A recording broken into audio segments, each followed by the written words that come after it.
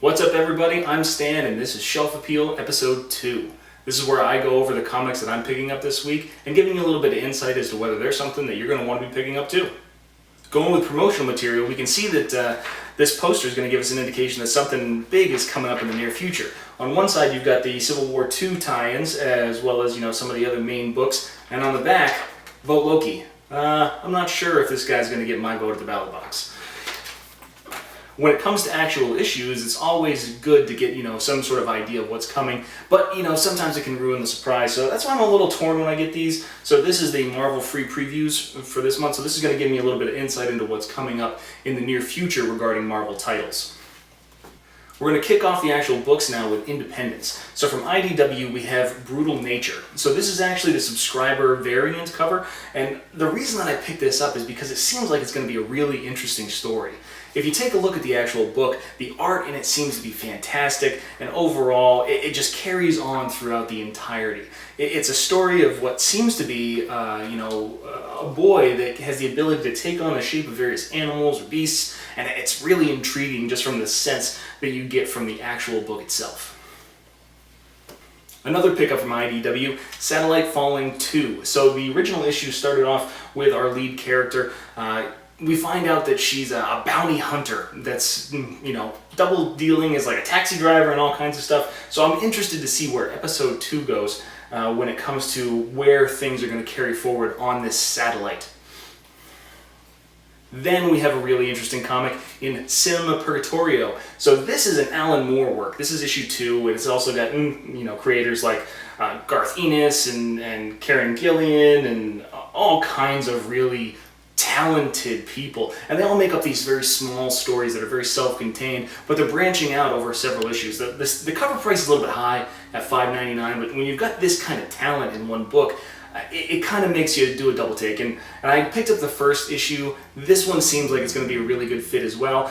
I'm not necessarily sure it's something I'm going to pick up on the regular, but overall this looks like it's going to be at least entertaining for one more issue.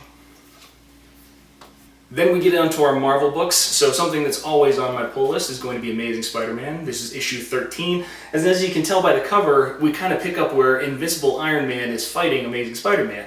If you haven't been reading the issues, you don't necessarily know where things have kind of gone from here, but this is the beginning part of a new arc that's starting from Dan Slott. So I'm interested to see how this battle is going to kind of take place, and you could probably pick up, if you haven't been reading Amazing Spider-Man, just by the various covers and things like that there's a lot of conflict going on between these two guys on multiple different levels. So it's interesting to see how Tony Stark and Iron Man are going to fit into the Amazing Spider-Man storyline. Then, because I'm a bit of a completionist, we have Spider-Woman Omega. So Spider-Woman Omega was a 3-book tie-in between Spider-Gwen, Silk, and Spider-Woman. And this is really, I'm really hoping that it's going to give me the kind of payoff that I'm really expecting with the Earth 65 version of Silk, and everything that she's done to set up these kind of series of events. I haven't had a chance to read it yet, but hopefully it'll treat me well. Then we have All New Wolverine number 9.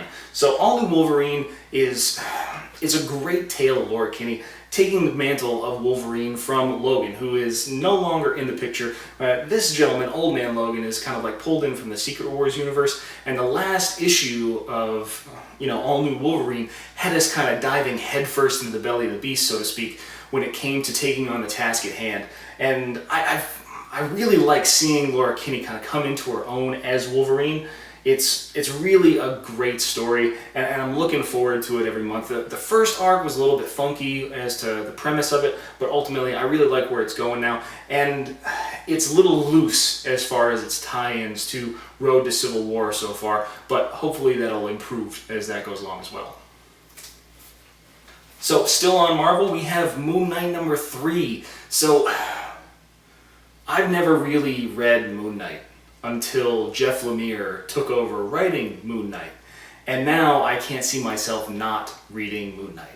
Like, that is the kind of trip that this book is taking me on. And I'm loving every second of it. Mark Spector seems like an extremely complex character, and I'm wondering why I never really got into this character previously, because he's just got a very interesting take on the world, as well as, the double perception of the criminal justice system and how it treats people that possibly have mental instabilities, and whether it's actually a mental instability or it's not. And there's so much going on in this.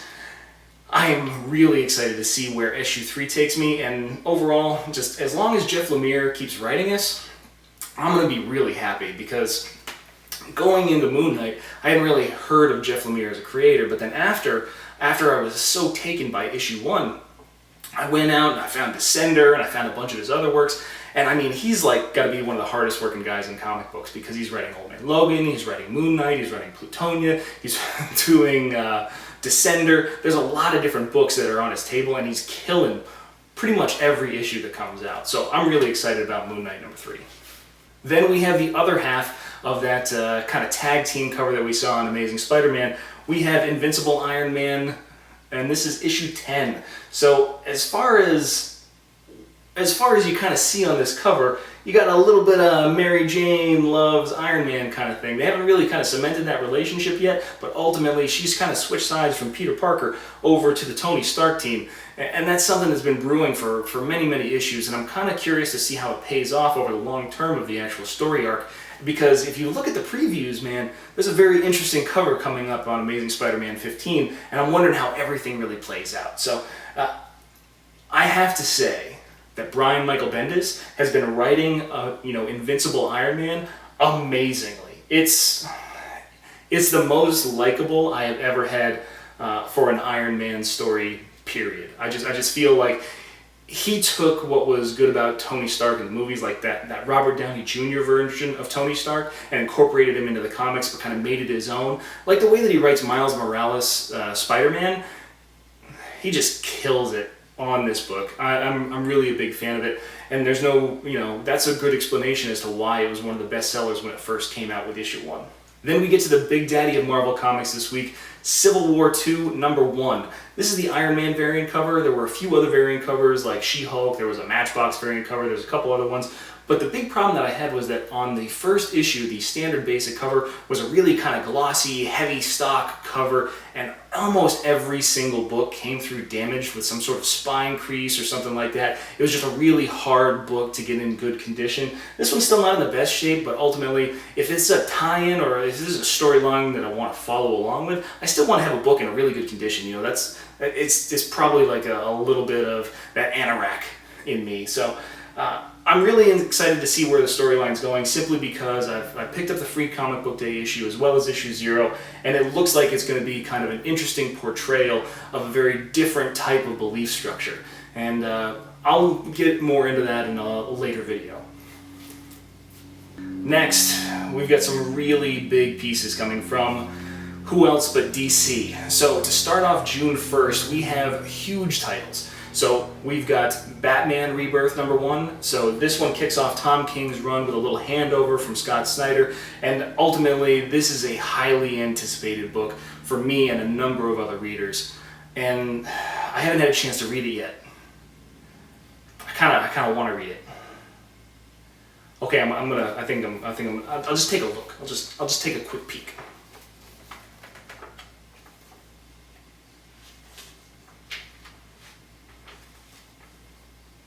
Okay, just one more minute. Well, damn. So overall, this is a book that if you haven't already picked it up, you got to go grab it. I mean, it's the continuation of one of the most popular characters in the history of comic books, and it's one of the best-selling characters, period. So I mean, there's going to be a million of these things out on the shelf, but if you want to start in on a Batman story, start in on a Batman story in a rebirth, reboot kind of situation. Even though it's a modification of the universe, this is always a good place to start. You can't go wrong with issue #1.